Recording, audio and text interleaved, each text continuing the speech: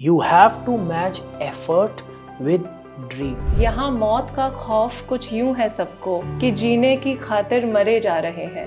It is easy for you to forgive, easy for you to accept, easy for you to love, and easy for you to let go. तो हम अगर छोले भटूरे ना खाएं, हम अगर टिक्की छोले ना खाएं, सोया चाप ना खाएं, दाल मखनी ना खाएं, पनीर बटर मसाला ना खाएं, तो फिर साधना में तो मुझे ये सब नजर आता है। Age reversal, longevity, rehabilitation of organs and mind, healing is very much possible.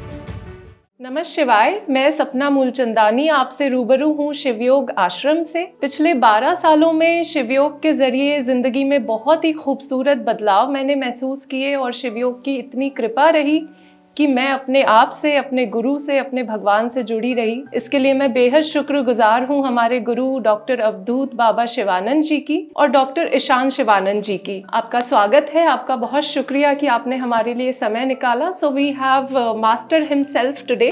सबसे पहले मैं चाहूंगी कि आप हमारे दर्शकों को अपने लफ्जों में शिवयोग के बारे में बताएं। शिवयोग क्या है? शिवयोग सत्य है, शिवयोग सनातन है, शिवयोग प्राचीन है। शिवयोग ही वो किश्ती है जिस किश्ती पे सवार सप्तऋषि महादेव तक पहुंचे और उस महादेव से ही हमें वेद मिले, उस महादेव से ही हमें उपनिषद मिले। बिना शिवयोग के सनातन नहीं। शिवयोग का मतलब उस परम पिता परमेश्वर से जुड़ना, वही विधि, वही साधना, वही तप, वही ध्यान शिवयोग है जी। और वही हम सब शिवयोगी करते हैं जी बिल्कुल। इस पर मुझे 2 शेर भी याद आते हैं कि उनकी तरफ अगर नहीं है ध्यान आपका तो कर रहे हैं आप ही नुकसान आपका। ये सृष्टि आपकी ही अगर देन है तो फिर हर कर्म आपका है गर इंसान आपका। ब्लेस यू जी। बहुत शुक्रिया। और पहला सवाल मैं आपसे ये पूछना चाहूंगी, एक जेनजी फ्रेज है जो बहुत कॉमन है, delusion is the only solution. Delulu? Yes, delulu, right. और आध्यात्म ने हमें मैनिफेस्टेशन सिखाया है और हमारे जो आसपास के लोग हैं वो हमें रियलिटी चेक देते रहते हैं कि आप बाहर आए अपने ख्वाबों ख्यालों की दुनिया से। तो ऐसे में डिल्यूजन में और प्रोसेस ऑफ मैनिफेस्टेशन में क्या अंतर है और क्या करना चाहिए? एक बार मैंने अपने गुरु से पूछा जी, शिज़ोफ्रेनिया में और डिवाइन एक्सपीरियंस में क्या फ़र्क है। तो उन्होंने कहा कि देखो, अगर तुम महादेव से बात करते हो तो भक्ति, और अगर महादेव तुमसे बतियाएं तो शिज़ोफ्रेनिया। अब मुझे नहीं पता वो कितना मजाक कर रहे थे और मुझे क्या कहना चाह रहे थे, लेकिन इस बात पे मैंने भी बहुत अध्ययन किया कि ख्याली पुलाव में और मैनिफेस्टेशन में क्या फ़र्क है। क्योंकि अगर आप हमारी ऋषि परंपरा को देखते हो, उनके भीतर भी प्रकृति को बदलने का एक भाव रहा है और हमारे शिवयोग में भी सिखाते हैं कि तुम ही अपने भाग्य के विधाता हो। तो सबसे पहले सपना तो देखना होगा ना जी, क्योंकि हम अपने बिलीफ सिस्टम से बंधे हैं। हर कोई व्यक्ति बंधा होता है। You can train an elephant yes, to Right. Be ridden by a महावत। जी, So imagine somebody who's so strong and capable and powerful.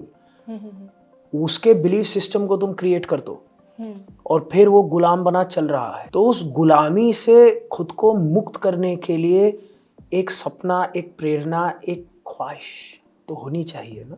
जी, पर अगर वो सपना कर्म से नहीं जुड़ता तो वो ख्याली पुलाव। You have to match effort with dream. और वही ऋषि मुनियों ने किया। उन्होंने कहा ठीक है, मैं अपनी डेस्टिनी को अपने हाथों से लिखूंगा, और फिर वो तप करने गए। फिर वो उन्होंने साधना की, थोड़ा हट किया और ऐसा हट किया कि फिर एक समय के बाद ब्रह्मा को खुद डर के आना पड़ा कि ये तो मानने वाला नहीं है। जी, तो अगर आपका कर्म आपके सपने से मैच होता है, then it is a manifestation. Otherwise delulu, Otherwise, delulu. We are just thinking and hoping that somehow something somewhere will come and rescue me. जी, Nah, your effort must match your dreams, madam. जी। इसी सवाल को extend करते हुए मैं एक सवाल करना चाहूंगी। जैसा कि बाबा जी ने हमें ये भी कहा है कि there is nothing like reality, everything is reflection of your own thoughts, beliefs and feelings. So is that true? Of course. Okay. When it comes to mental health, we have जैसे no. लोग कहते हैं आप जो सोच रहे हैं ये तो मुमकिन ही नहीं है, ये तो हो ही नहीं सकता। आप बाहर आए, आप रियलिटी एक्सेप्ट करें, फैक्ट्स एक्सेप्ट करें, जो प्रैक्टिकल मेंटालिटी वाले लोग हैं। अब आप मेंटल हेल्थ की बात करो ना, जी, इतना बड़ा कीवर्ड है आज की तारीख में। जी, तो अगर हम डिप्रेशन को देखते हैं, एंजाइटी को देखते हैं, फियर को देखते हैं, ये एक बहुत सब्जेक्टिव चीज है। एक उदाहरण आपको देता हूँ, कॉकरोच। अगर मुझे उससे डर नहीं लगता तो मुझे नहीं डर लगता। और अगर किसी व्यक्ति को फोबिया है, चलो कॉकरोच छोड़ो, अरैक्नोफोबिया, मकड़ी का फोबिया है, या फिर क्लॉस्ट्रोफोबिया है, एलिवेटर का फोबिया है, या फिर किसी और चीज़ का फोबिया है, तो उसके तो हाथ पैर कांप जाएंगे। और उसको अगर मैं फिर ऑब्जेक्टिवली स्टडी करता हूँ, उसके मैं एंडोक्राइन सिस्टम को स्टडी करता हूँ, कार्डियोवैस्कुलर सिस्टम को स्टडी करता हूँ, उसकी ब्रेन को स्टडी करता हूँ, तो मेरे को डेटा मिलेगा कि ये झूठ नहीं बोल रहा, सच में इसको डर है और सच में इसकी brain is somehow paralysed by that fear and it is now a very subjective thing. अब मैं कितना भी ज्ञान दे दूं कि ये तो एलिवेटर है, कुछ नहीं होता, ये तो कॉकरोच है, इसके तो दांत भी नहीं, इसमें तो जहर भी नहीं, उल्टा तुम इस पे बैठ जाओ तो ये तो पिचक जाएगा। लेकिन हमारा मन उस फियर को क्रिएट कर रहा है। Same is with anxiety.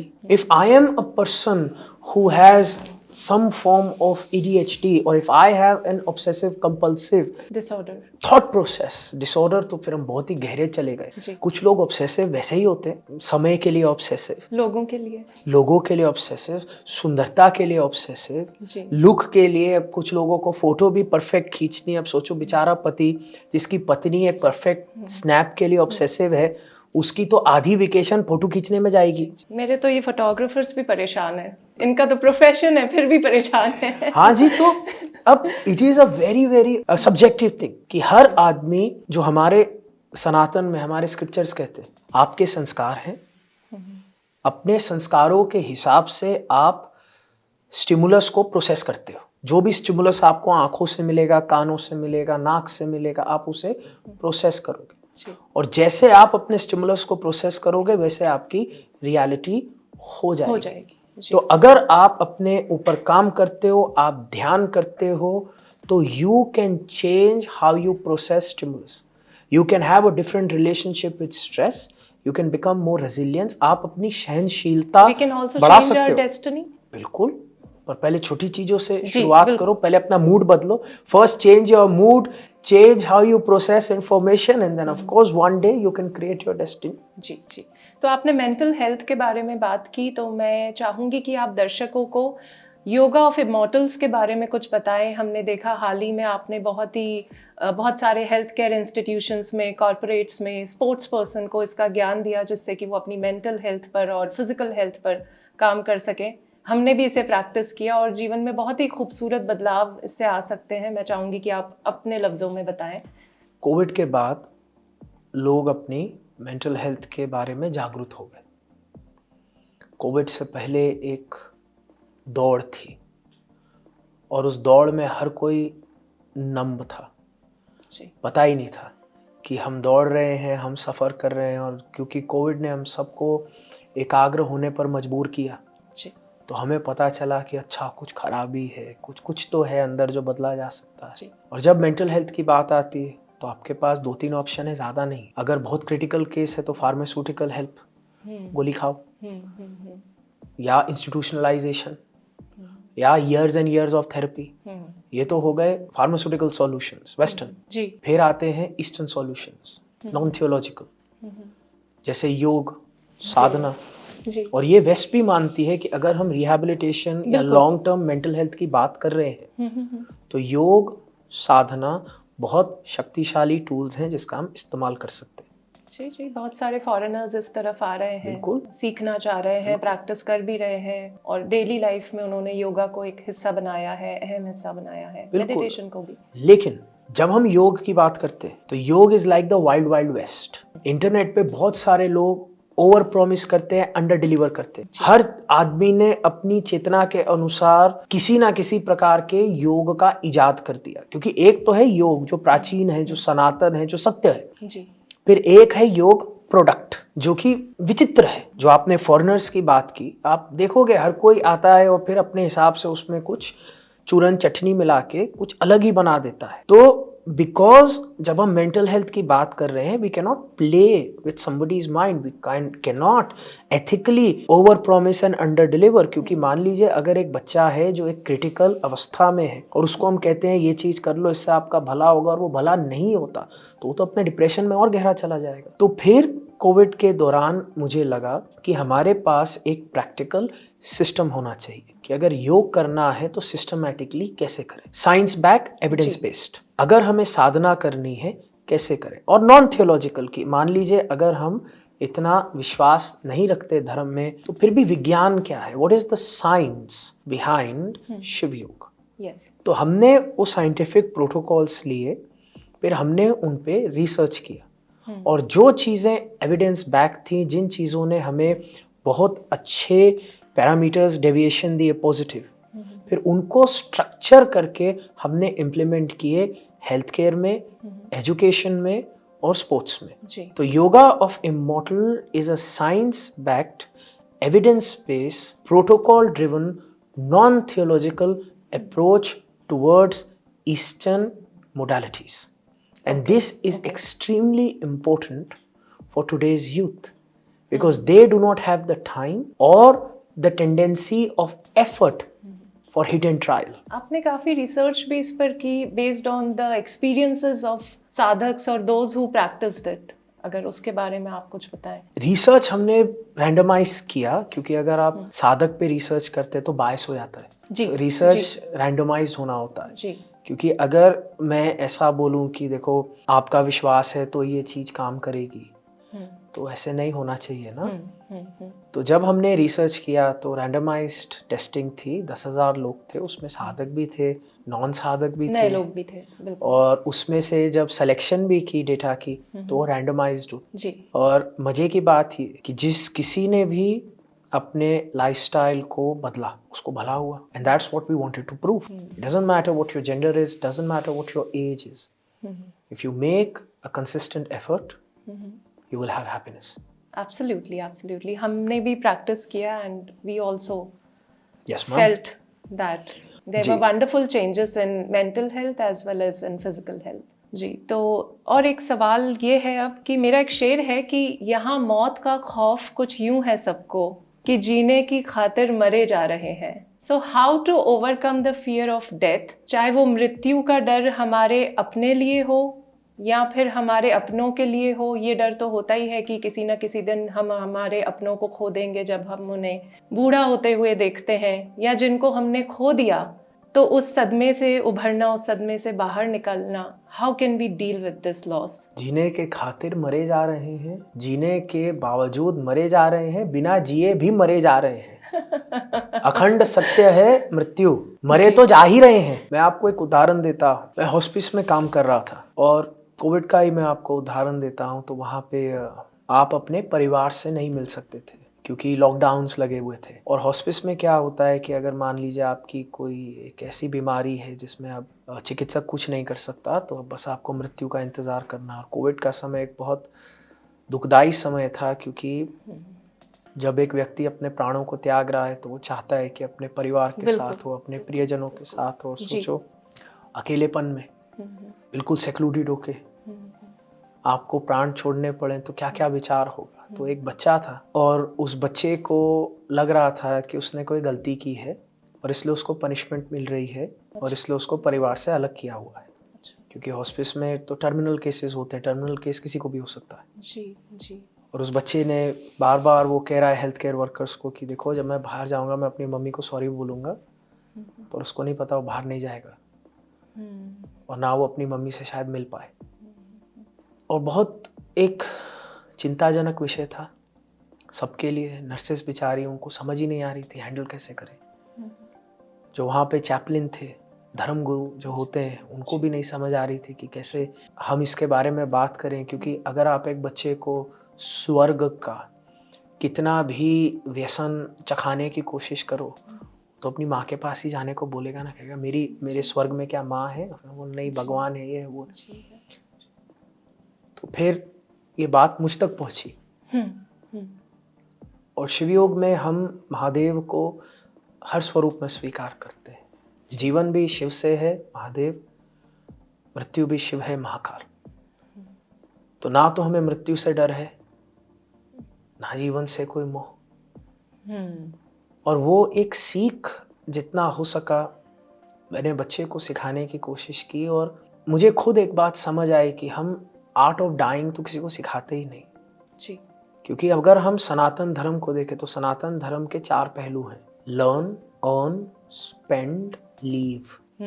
ब्रह्मचार्य, learn; गृहस्थ, अर्न; वानप्रस्थ, स्पेंड; एंड द फाइनल, संन्यास, लीव। और ये लीव भी हमें आना चाहिए जी। और अगर ये लीव हमें आता है तो मृत्यु कभी भी आए क्या फर्क पड़ता है, और अगर ये लीव नहीं आता तो मृत्यु कभी भी आए हम दुखी होंगे, डर जाएंगे, घबरा जाएंगे, कुछ भी हो सकता है जी। और इसलिए एक साधनात्मक जीवन बहुत जरूरी है। और ये साधनात्मक जीवन होगा तो आप पाओगे कि it is easy for you to forgive, easy for you to accept, easy for you to love and easy for you to let go. And that's why आपने जैसा शेर सुनाया, बहुत उम्दा सुनाया, एकदम बखूबी सुनाया कि जीने की खातिर मरे जा रहे हैं, जीने के खातिर मरे जा रहे हैं। सत्य तो यह है कि मरे तो जा ही रहे हैं और इसलिए उस मृत्यु को भी स्वीकार करें, समझें और अपने जीवन का हिस्सा बनाएं, तभी शिवयोगी कहलाओगे। आध्यात्म को अक्सर उम्र के एक पड़ाव से जोड़ जाता है कि इंसान जब अपनी जिंदगी के आखिरी पड़ाव में हो तब आध्यात्म की तरफ जाना चाहिए। मैं शिवयोग में पिछले 12 साल से हूँ और मुझे फिर भी लगता है कि मैंने आने में देर कर दी, काश मैं और जल्दी आती। तो मैं जानना चाहूँगी कि शिवयोग में बहुत यूथ जुड़ा हुआ है, नौजवान बहुत आते हैं, पूरी शिद्दत से साधना करते हैं, तो शिवयोग का और यूथ को कनेक्ट करने का जो तरीका है उसके बारे में आप बताएं। कैसे आप उम्र के साथ अध्यात्म को जोड़ते हो? आप तो सठिया गए उम्र के बाद जी। फिर कहाँ आपको वेद शास्त्र पुराण समझ आएंगे? आप में तो दुनिया जहान के बायसेस आ गए, फिर कहाँ वेद शास्त्र पुराण समझ आएंगे? फिर तो आप पुराणों का इस्तेमाल करोगे दूसरों के सर पे डंडा मारने के लिए। कहाँ आप उम्र के साथ अध्यात्म को जोड़ते हो? एक समय के बाद ना तो योग होगा, शरीर जवाब दे देगा, ना तो प्राणायाम होगी, फेफड़े जवाब दे देंगे, और ना साधना होगी क्योंकि आपकी हड्डियां कड़क जाएंगी। जी।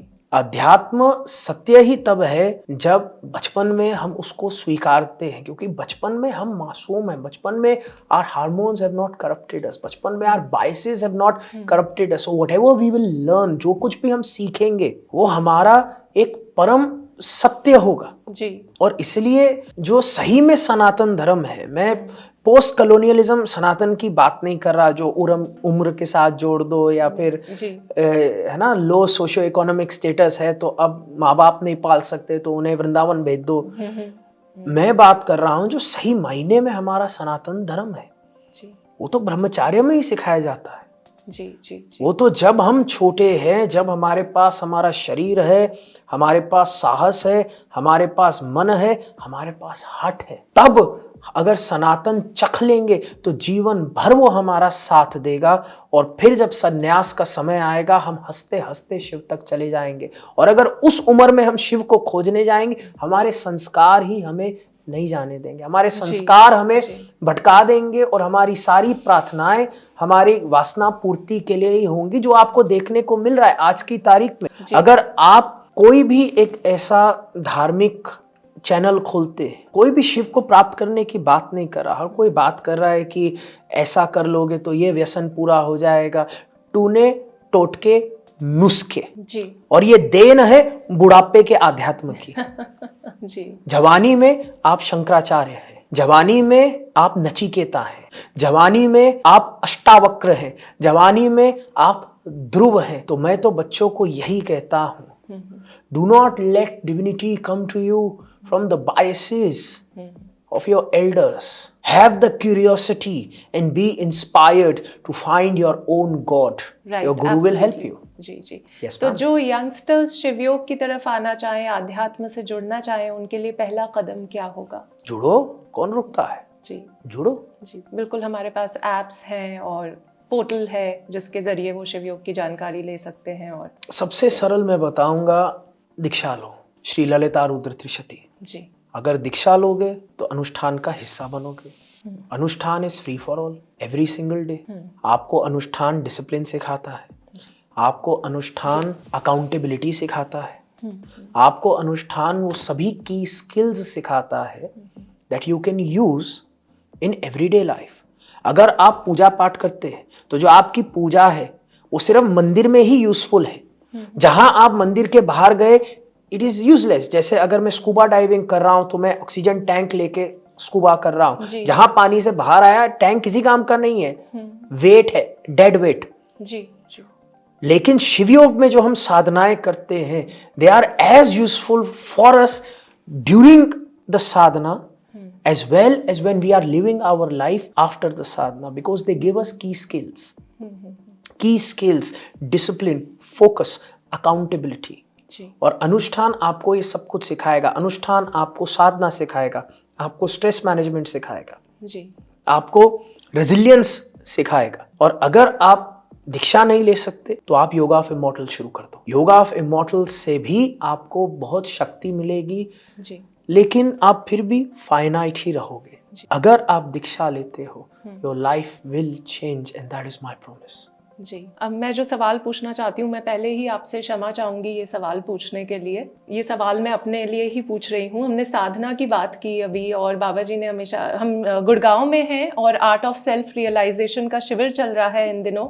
ईशान जी की बहुत कृपा है कि इन्होंने 3 दिन हम साधकों के लिए निकाले हैं। तो बाबा जी कहते हैं कि शिविर में जब भी आप आए तो आप कम से कम भोजन ग्रहण करें और सादा भोजन ग्रहण करें। लेकिन हम दिल्ली एनसीआर में हैं, तो हम अगर छोले भटूरे ना खाएं, हम अगर टिक्की छोले ना खाएं, सोया चाप ना खाएं, दाल मखनी ना खाएं, पनीर बटर मसाला ना खाएं, तो फिर साधना में तो मुझे ये सब नज़र आता है। ध्यान में जब जाएं तो ये सब नज़र आता है। So how to control these cravings? Oh my goodness.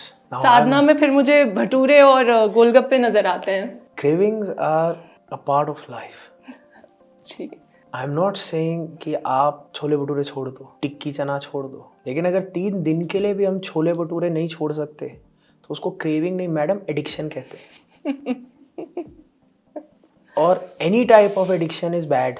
तो क्रेविंग कर लो, खा भी लो, हाँ, लेकिन शिविर के दौरान ना करके। 3 दिन ही तो कह रहा हूं मैं। जी जी जी और 3 दिन के बाद भी मैंने कहा ना कि क्रेविंग ठीक है, learn earn spend leave.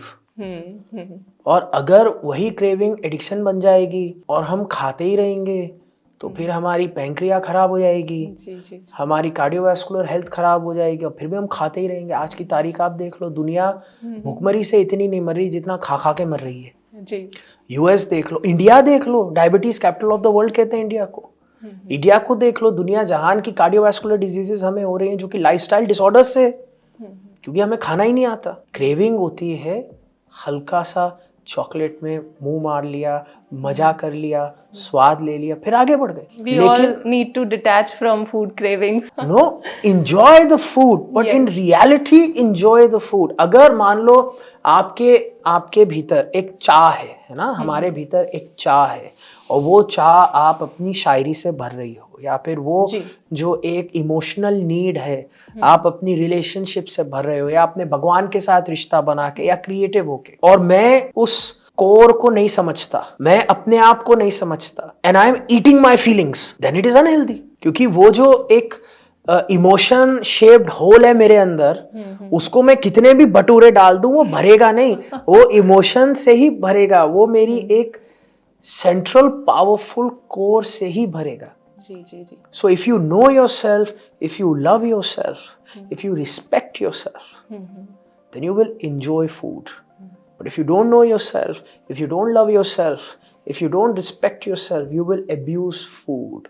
So मैंने तो कभी खुद ही नहीं कहा कि चाट ना खाओ, मैं तो खुद ही, मतलब आपने अब मुझे जो जो गिनाया है, जब मुझे समय मिलेगा मैं जाके खाऊंगा। शिविर के बाद चलेंगे खाने। अरे बिल्कुल, आप जगह बताइए, मैं पकट हो जाऊंगा। बिल्कुल, हम आपको साथ लेकर चलेंगे। आपने ये जो खाली जगह भरने की बात की, इस पर मुझे 2 शेर याद आते हैं जी। अब दोगुनी मोहब्बत खुद से जता रहे हैं, बिन तेरे जीने की हम आदत बना रहे हैं, हम इस तरह इबादत में दिल लगा रहे हैं, खाली जगह मोहब्बत की भरते जा रहे हैं। वाह, शुक्रिया। एक और सवाल आपसे ये है कि how to manifest our ideal life partner. ये सारी जनता का सवाल है, जितने भी लोग सुन रहे हैं।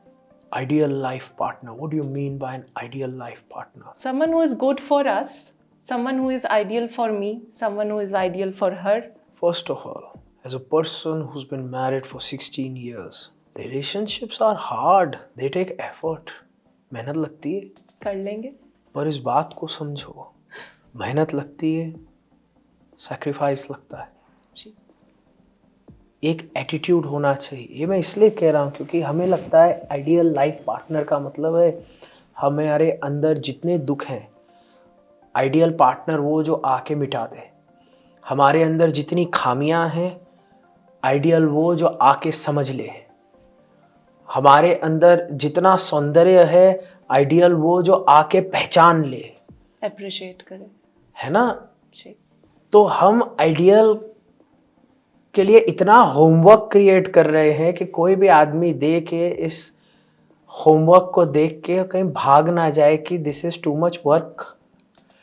I am just saying that relationships are give and take, and relationships are an attitude. Relationship is an effort. Relationship is, for me, a relationship is that I am with you no matter what. I am with you in sickness and health.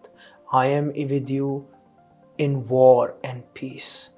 I am with you when you abuse me and you love me. And why I can be with you is because I am complete on my own. I am fun on my own. I am happy on my own. And because I love my company and I'm happy with myself, then I can share that happiness Joy and with joy with you, even if you don't like it. Because Right. everything I have to give doesn't matter if you will like it or appreciate it. क्योंकि अगर मैं वक्ता हूँ और सामने वाला श्रोता है तो हमारी बनेगी। अगर दोनों वक्ता हो गए तो ठीक है, गिव एंड टेक एटीट्यूड होना चाहिए। इसलिए सबसे पहले तो मैं कहता हूँ कि आइडियल वो मत समझो जो सब कुछ सॉल्व करेगा, आइडियल ऐसा समझो जो शेयर करेगा। जी। और अगर आइडियल क्रिएट करना है, I believe in tapasya. So if we have that attitude and we work, जैसे चिड़िया, अगर हम प्रकृति को भी देखते हैं, अगर चिड़िया को एक मेट चाहिए तो वो एक घोंसला बनाती है ना, बहुत सुंदर सा। मोर को एक मेट चाहिए तो वो बहुत अच्छा वाला डांस करता है ना, सब कुछ होता है। तो अगर मैं गृहस्थ आश्रम में प्रवेश करने के लिए तैयार हूँ तो मैंने जो जो कुछ ब्रह्मचार्य में सीखा मैं उसको बिल्कुल फोरफ्रंट में ले आऊँगा। And then I am open to that relationship. And थोड़ा सा I have to come out of my shell. Yes. Because एक है I manifest, but then I want कि भगवान मेरे गोदी में ला करके रख दे कुछ। हम तो इसी उम्मीद में हैं, बाबा जी के भरोसे हैं। क्या पता बाबा जी आपके भरोसे हैं। Shiva works through you.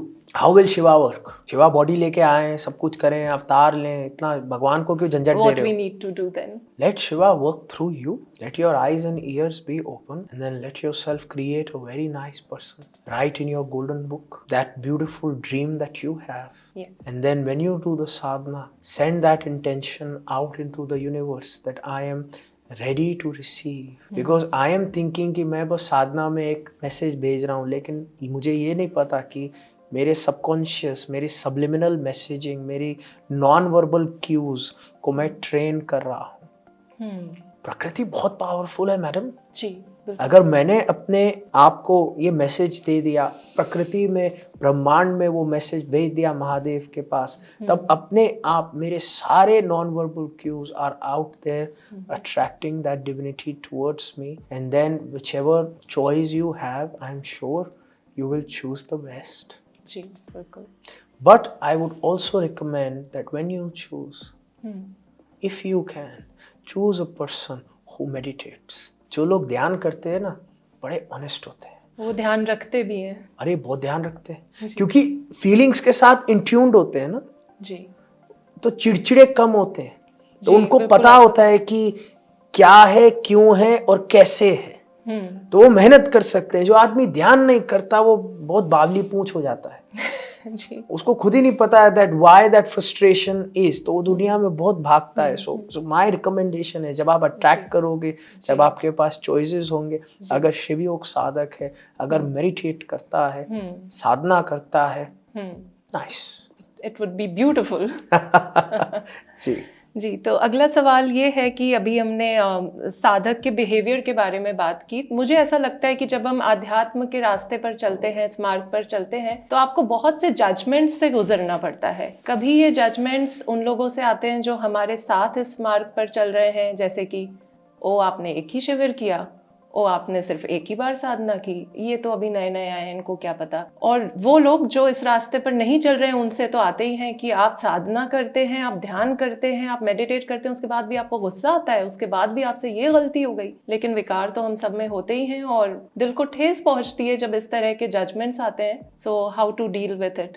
जैसे अभी टीम के साथ कुछ मिसकम्युनिकेशन हुआ और मैं आई तो मैंने थोड़ा सा डांट दिया इन्हें, तो इनका पहला ये था रिएक्शन, आप तो अभी शिविर करके आई हैं, 5 मिनट हुए हैं और आपको गुस्सा आ रहा है। मैं एक शेर सुना, बर्बाद गुलिस्ता करने को सिर्फ एक ही उल्लू काफी है।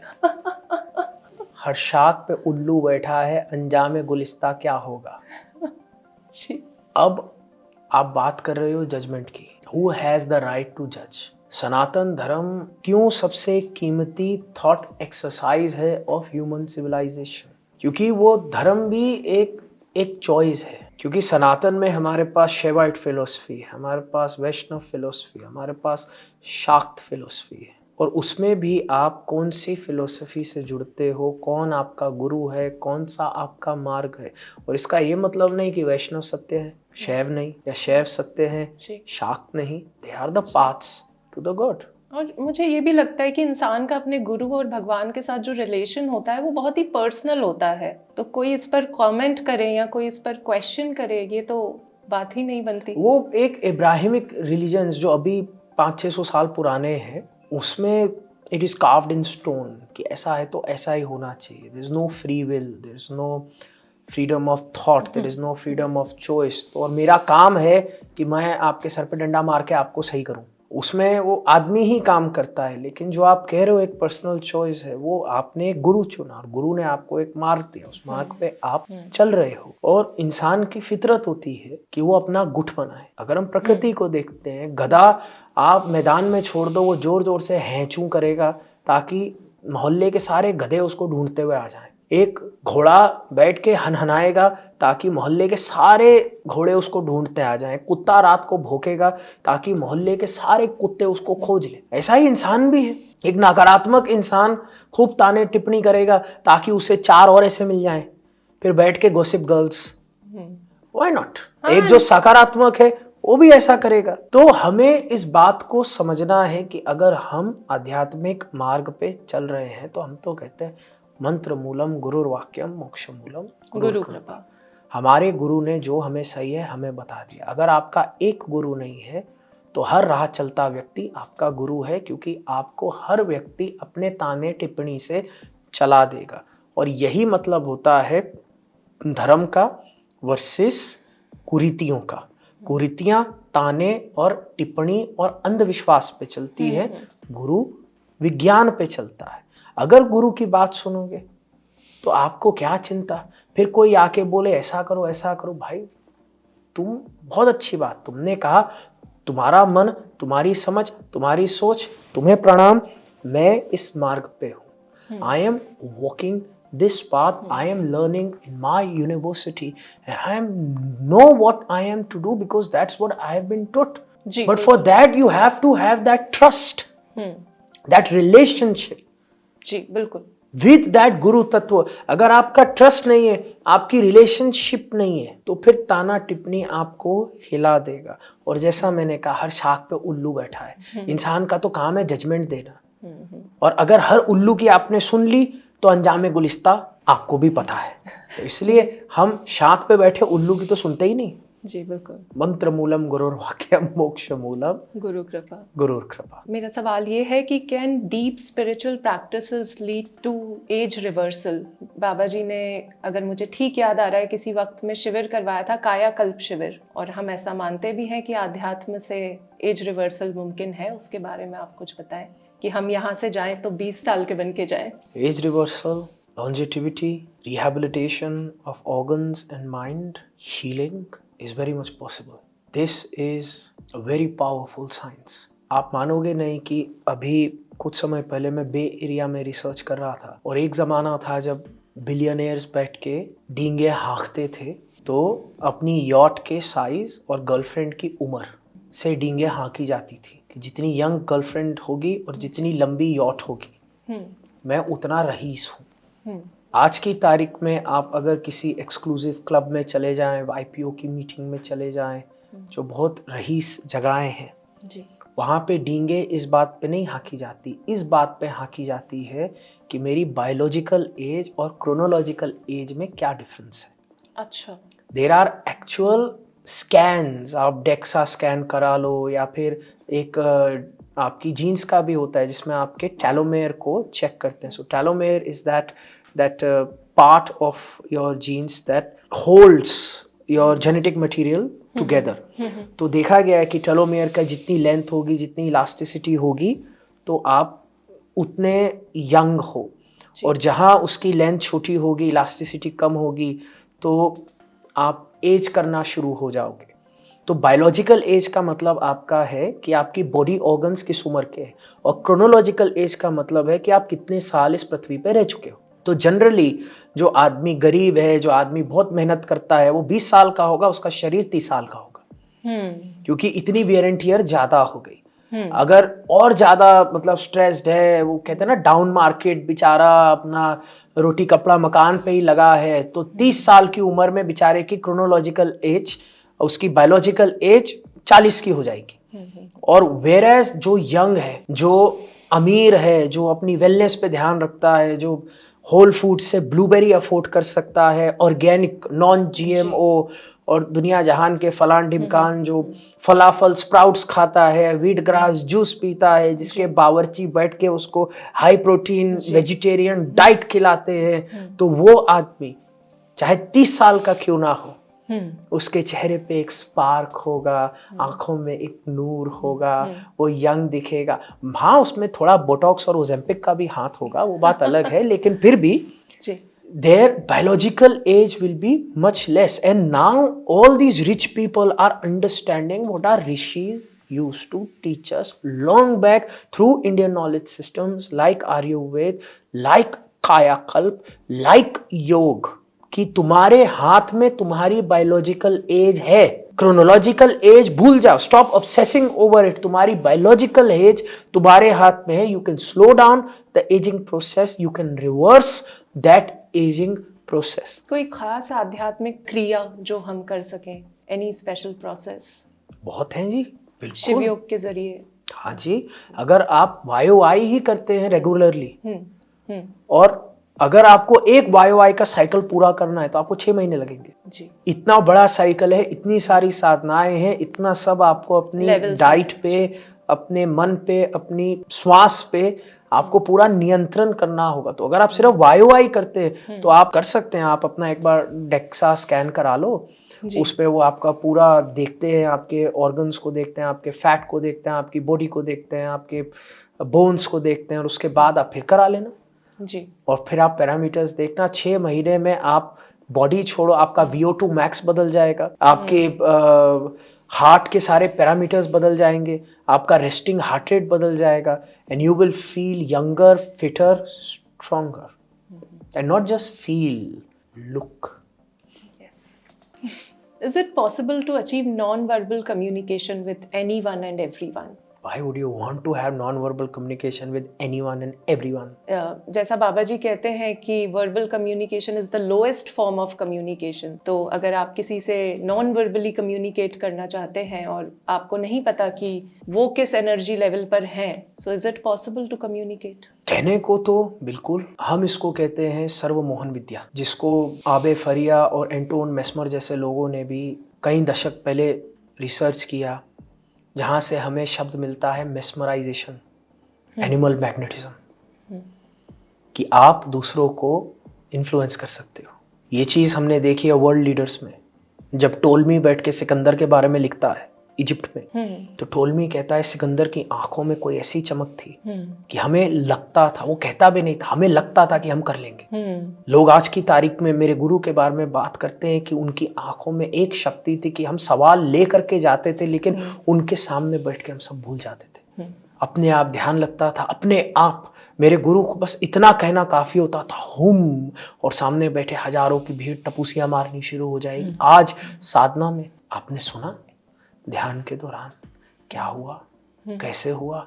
लोग रो रहे हैं, जी जी बिल्कुल, आंसू बहा रहे हैं, भाव विभोर हो रहे हैं। मैंने तो कुछ भी नहीं कहा, लेकिन जब आप साधना करते हो तो जिसको मेस्मरिज्म कहता है, जिसको आबे फरिया एनिमल मैग्नेटिज्म कहता है, जिसको हम सर्वमोहन विद्या कहते हैं, वो गुण आपके भीतर भी आने शुरू हो जाएंगे, जिसको टोलमी समझाने की कोशिश कर रहा था लेकिन समझा नहीं पाया।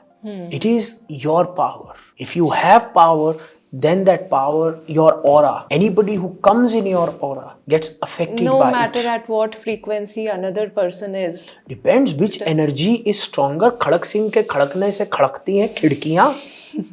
अगर आप कह रहे हो वो आदमी बड़ा नेगेटिव है, आप बस इतना कह रहे हो कि उसकी नेगेटिविटी मेरी पॉजिटिविटी से ज्यादा है, क्योंकि जब वो अपनी नेगेटिविटी लेके आता है मैं इन्फ्लुएंस हो जाता हूं।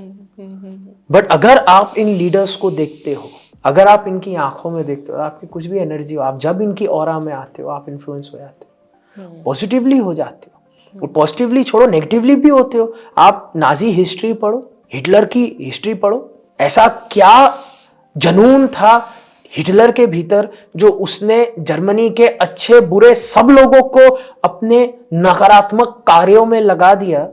जब न्यूरम्बर्ग ट्रायल्स हुए थे तब लोगों से पूछा जा रहा था कि आप तो अच्छे लोग हो, आप तो पढ़े लिखे लोग हो, कैसे आपने कर, वो खुद बेचारे ग्रुप थिंक में ऐसा फंस गए, इन्फ्लुएंस में ऐसा फंस गए कि उन्होंने ऐसे दानवीय कार्य कर डाले। तो सकारात्मक व्यक्ति भी प्रभाव डाल सकता है कमजोर पे, नकारात्मक भी डाल सकता है एक कमजोर पे। हमें अपनी दैवीय शक्ति को बढ़ाना होगा, और जहां हमारी ऑरा बढ़ती है तो जो आप नॉन वर्बल कह रही हैं, then that magnetism is always there, madam, of course it's there. एक आखिरी सवाल मेरा आपसे ये है कि बाबा जी ने कहा है emotions are the most powerful tool for manifestation, लेकिन being an over emotional person, या जो एक टर्म होता है इमोशनल फूल, जब हम बहुत ज़्यादा जज्बाती होते हैं तो मुझे ऐसा लगता है कि ज़िंदगी बहुत मुश्किल हो जाती है। जो हमारे अपने लोग हैं उनसे अटैचमेंट बहुत ज़्यादा होता है, डिटैचमेंट बहुत मुश्किल होता है, ज़रा ज़रा सी बात पर हर्ट हो जाता है, then it becomes very difficult to overcome that hurt. तो ऐसा लगता है कि इससे अच्छा तो पत्थर दिल होते, इतना महसूस, इतना गहराई से जज्बात एहसासात महसूस ही नहीं करते तो अच्छा होता, कम से कम ये तकलीफ नहीं होती। So how to channelise these emotions and use them as a powerful tool? बाबा जी ने कहा कि इमोशंस साधना में कीमती हैं, और अगर हम अपने दिल को हथेली पे लेके चलते हैं तो लोग चोट पहुंचाते हैं, तो क्यों ना हम पत्थर दिल हो जाएं, तो चोट ही नहीं आएगी, है ना।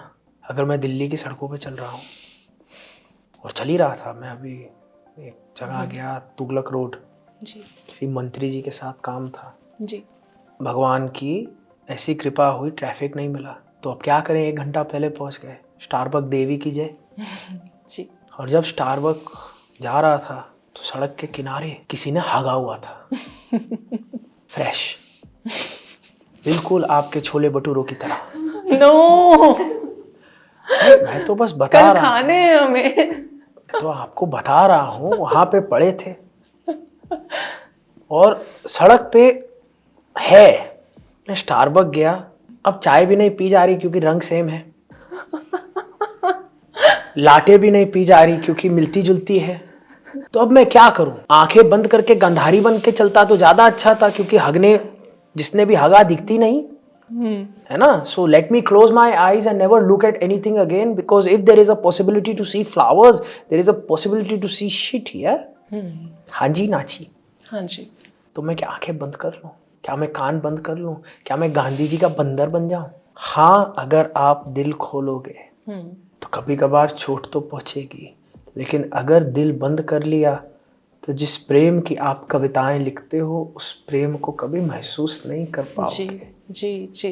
तो जो बाबा जी ने कहा इमोशन कीमती है, उन्होंने कहा चुनो दिल कहाँ खोलते हो। हर जगह नहीं खोलना, हर जगह तुम मार्कस ऑरेलियस रहो, स्टोइक रहो, हर जगह तुम धर्म की पूर्ति करो, हर जगह जो भगवान कृष्ण ने कहा त्रिगुण्या विश्ववेदा निर्योग क्षेम आत्मवान, निर्द्वंदो निष्पस्तो निस्त्रिगुण्यो भवा अर्जुना, कि देखो सतोगुण रजोगुण तमोगुण से ऊपर रह करके अपना धर्म करो। लेकिन जब भक्ति की बात आती है, गुरु की बात आती है, शिव की बात आती है, प्रेमी की बात आती है, वहां unconditional love and let that be the emotion that guides you, focused emotion, energy in motion, selective. And if you have those places, then you are focused. Why I was looking here and there? क्योंकि मेरे पास 1 घंटा था, time pass करना था, पता नहीं था, तो मैं हर जगह देखता देखता चल रहा हूँ। और अगर हर जगह देख रहा हूँ तो दिख गई भैया।